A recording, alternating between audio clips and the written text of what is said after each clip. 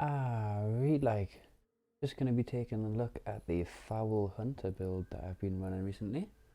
And let's jump straight into it with the gear. So here's a quick overview. Basically this build is all about the ultimate damage, getting your resolve back really quick, using the foul arrows on the hunter charm to apply a weaken to a bunch of enemies, and then we are using the technique points increase headshot damage, so this is going to be key for taking out a lot of enemies in the points. Status effects increased by 25%. Body shots with the bow have a 50% chance to deal headshot damage.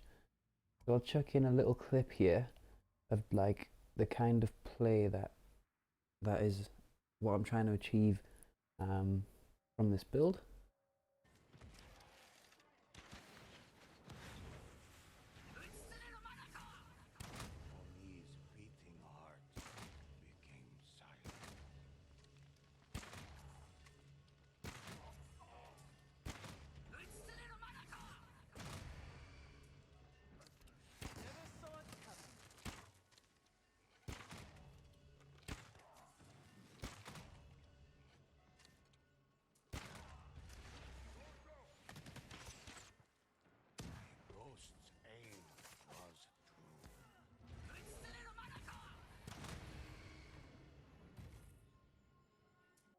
Okay, nice one. So you can see I'm getting the resolve back super quick and just using that ultimate and the smoke bomb to make sure I'm safe on the points and being able to get them headshots. But let's take a look at all the gear and what we're running on it. So we've got the water katana, melee damage, ultimate damage, and watermaster.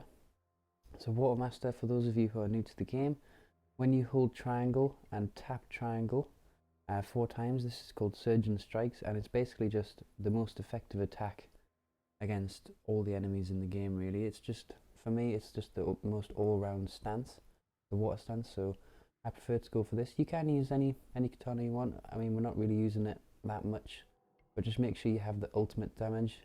And this one you can kind of go for anything you like. If you're struggling with dying, maybe go with perfect parry. You know, you can get a bit more survival out of that, or even melee resolve gain. But just be cautious, because I think melee resolve gain isn't working too well.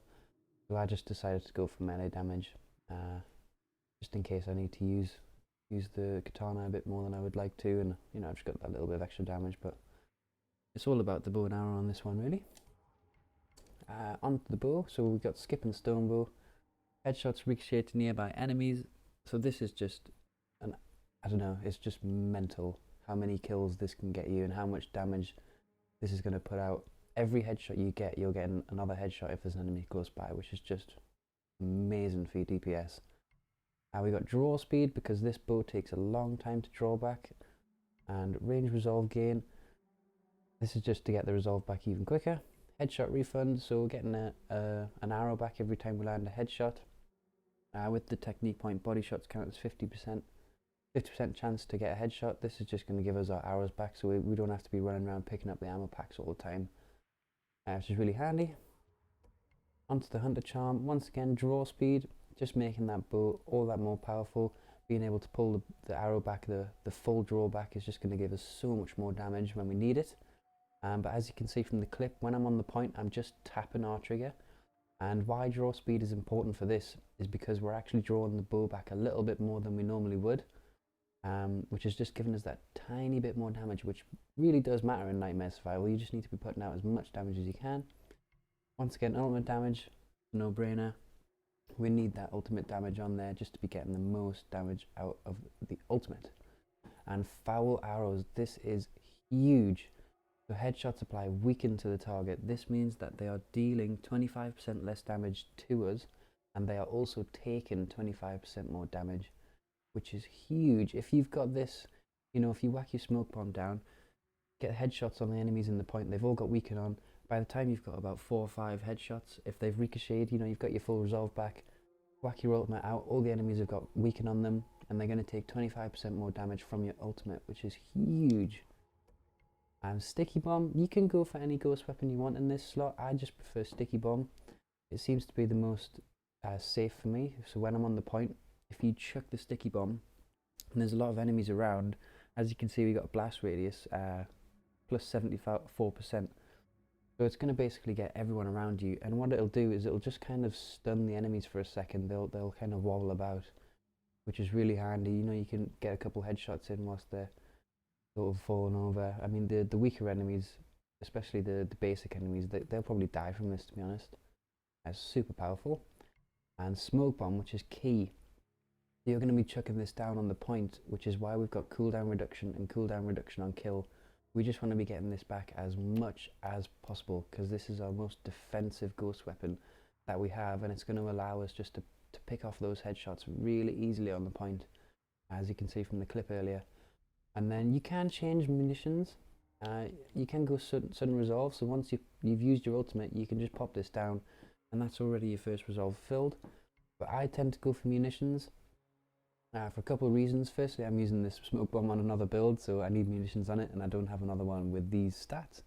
But also, I mean, you're most likely going to be playing with a Ronin who's using the bomb pack, and this is just going to help out the team so much if they're using bombs, because they can just spam their bombs all that little bit more. And if they have forbidden medicine on, you know, if you're on the point fighting and they chuck some bombs, you're in a healing air radius there as well. So I just tend to go with this for the team survival. And then let's just take one more quick look at the technique points. So we're using staggering arrow.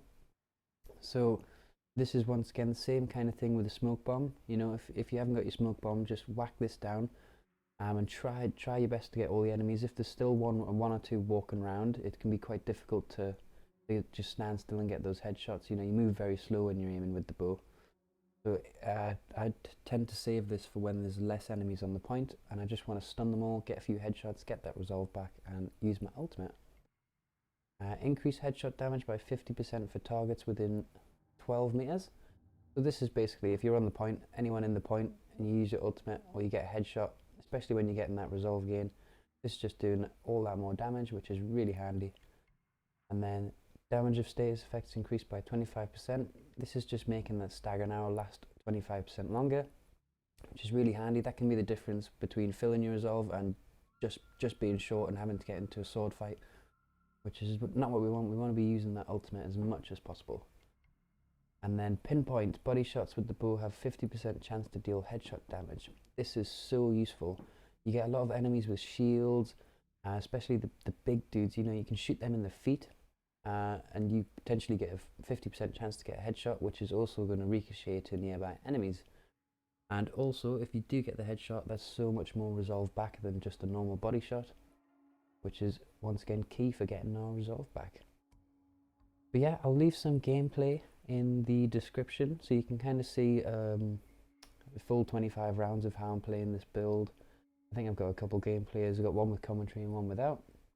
So yeah, check it out if you're interested in trying this build out, and let me know how you get on. Thank you very much for watching.